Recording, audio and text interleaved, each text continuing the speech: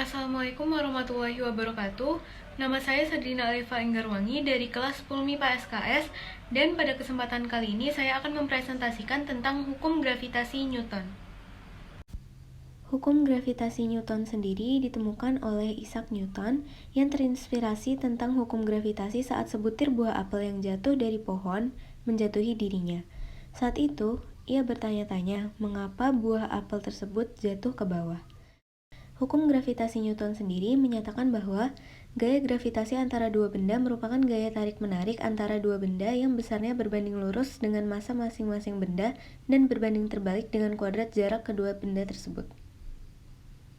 Cara untuk menghitung gaya gravitasi Newton yang dialami dua benda yang bermassa m1 dan m2 yang diletakkan pada jarak r satu sama lain adalah dengan mengalihkan konstanta gravitasi dengan massa benda 1 dikali massa benda 2 dibagi jarak antara benda 1 dan benda 2 kuadrat.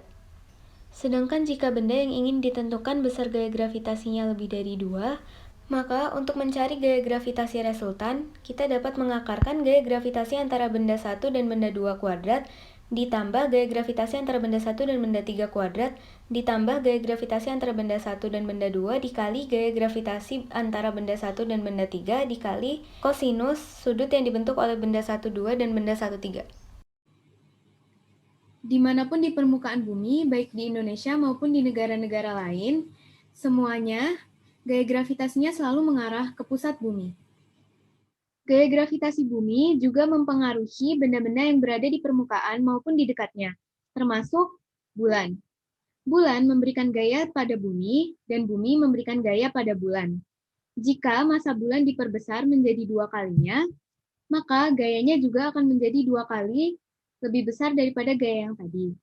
Sedangkan jika jaraknya diperkecil menjadi setengah kali jarak sebelumnya, maka gayanya menjadi 4 kalinya. Dan ada juga yang disebut sebagai medan gravitasi. Medan gravitasi adalah daerah di sekitar benda bermassa yang masih dipengaruhi oleh gaya gravitasi. Sedangkan kuat medan gravitasi adalah gaya yang bekerja pada satuan massa yang terletak di dalam medan gravitasi. Selain itu, gaya gravitasi juga dipengaruhi oleh jarak benda pada pusat bumi. Jadi, semakin jauh benda tersebut dari pusat bumi, maka gaya gravitasinya akan semakin kecil.